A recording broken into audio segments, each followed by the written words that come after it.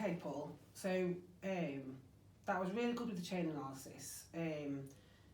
What I want us to do now is just to go back through the chain analysis, and we'll just quickly review it, just to make sure that I've captured everything that you said. And then, we talked about doing solution analysis.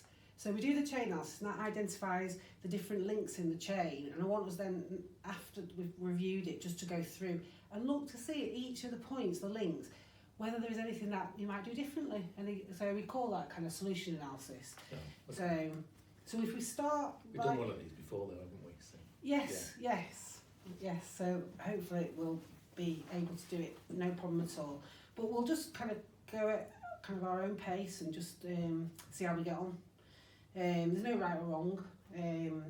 But just thinking, if we go back to we talked about the vulnerability factors. So one of the things was about kind of sleep. So the night before the target behaviour, the incident, you said your sleep was terrible, and that you were listening to Slipknot kind of really loud in your headphones till about 5 o'clock, and kind of, arguably that kind of put you in quite a low mood, because then you were saying, in terms of a trigger, when we were talking about what might have triggered the self-harm, was that you woke up and you was feeling really sad, and that you just kind of didn't want to move, just wanted to stay in your room, didn't want to speak to anyone, and you were saying that the alien, piped up straight away, and was telling you to kill yourself and saying that you were shit, and you were also saying that you were thinking about your auntie who died. So it sounds like there was a lot going on,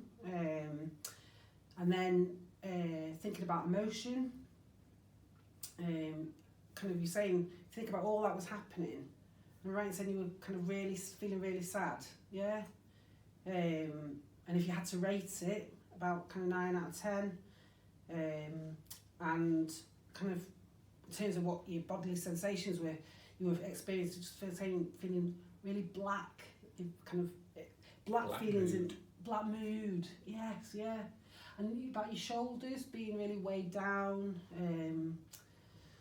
so it kind of, all that's going on, and then the next kind of link is what we call the target behaviour. So you're in your bedroom, mid-morning, you've got a CD, you break the CD, digged it into your arm and then your leg, and in terms of kind of what happened then, so we talk about consequences, actually the alien went, it went away, yeah, and you're able to just focus on the pain, yeah.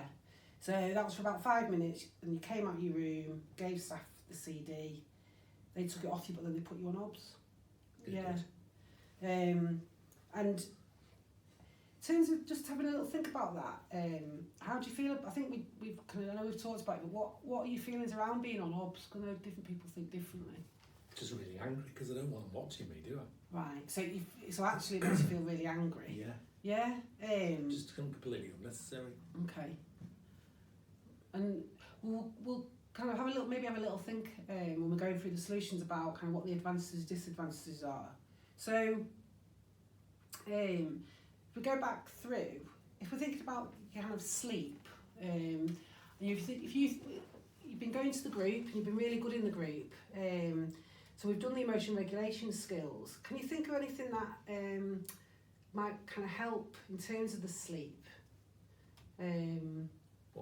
What's wrong with me sleep? So we talked, it's the kind of please skill. So within that is about sleep hygiene. Oh. So completely understand you want to listen to Slipknot, but it's whether listening to Slipknot kind of from really late at night till 5 o'clock in the morning is good for your sleep. Do you think it's keeping me awake then? I wonder that. And also, it's just what you were saying about when you listen to Slipknot, where it sends your mood. Right. So you're saying I shouldn't listen to Slipknot? No. I think cause if you can't, everyone likes what they like, but you're saying I can't listen to Slipknot? You can listen to Slipknot, but is listening to Slipknot at 3 o'clock in the morning good for you? Oh. Alright, okay. It doesn't sound like it's that good for me, does it? It's just, I'm thinking it might keep you awake, and I'm wondering, you know, we throw the term sleep hygiene around, but basically all that means is making sure you've got the right environment, the right routine to help you get a good sleep pattern. What should I do then? So, is there anything that helps you kind of get to sleep? Anything, you know, or, you know, thinking about, I know that I won't drink caffeinated drinks after kind of 6 o'clock because it keeps me awake. Right. Or, you know, I had a coffee about 9. Okay. You know how I like it, like with 3 teaspoons. I know you like a strong coffee. Yeah. So I wonder whether, it's not about you not drinking, but you might kind of swap that for decaffeinated coffee. Or, you know, have something else to drink after a certain time. You know, some people like having a bit of a bath, you know, a nice kind of bath, kind of comforting bath before they go to bed. Just getting them into a routine, really. You know. I could read one of my science books, couldn't I? And does that help you relax? Well, it gets boring, so I just drop off. Ah, right, yeah. So yeah, and it's whatever works for you. So it's a bit trial and error. So I mean, I know I listen to a lot kind of spoken word before I go to sleep, and I'll listen to something quite boring on the radio because and it'll just send me off. So it's just like that. So maybe we could have a think about that. We could maybe speak with your primary nurse, or we could talk about. That's that vulnerability to an emotion mind thing, isn't it? Yeah, it is very good, Paul. I like it. Mm.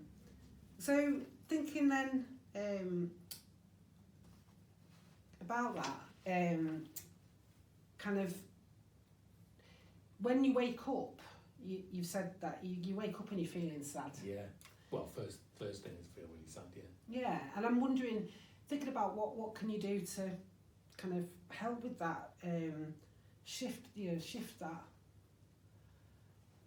Mm. So, you know, in the group we've talked about it within the kind of emotion regulation stuff. What might be something you could do to help? What am I thinking? Yeah, or even just changing the way you feel. So, what might you do to change the way you feel?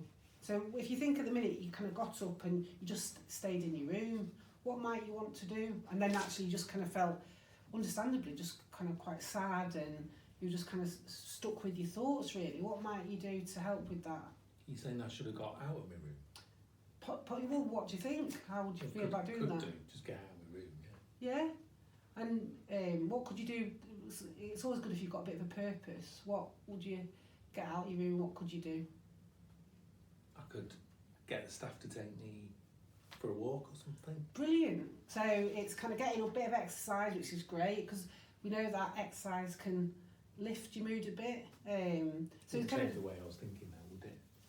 no. So when you're thinking like you were thinking, what do you remember we talked about the different minds? What mind are you in? Well, I suppose that would be emotion mind, wouldn't it? Yeah. 'Cause that was, yeah. And what would be the mind I would be wanting you to get into? What can you remember? It's wise mind, isn't it? Yeah, which is difficult. But what might you do to get into more of a wise mind state, if you I like? suppose I have to be. That's kind of knowing, kind of noticing what I'm feeling. Yeah. So I have to notice what I'm what I'm thinking about at the time. So it's been, you know, like we talked about being quite mindful of the emotion, and then. Because that's probably what I wasn't doing, which is checking on what I was actually Yeah. thinking. Yeah. So I didn't really notice that was thinking about my auntie and that. yeah, and it's, you know, it's really difficult when you lose someone. But yeah, it's just if you're just not, you can kind of just be in there and not even be noticing. So the more you can be in that moment, be mindful of that moment. What could you do to help with that? Getting more in the moment. Well, is that breathing thing? Yes, yeah.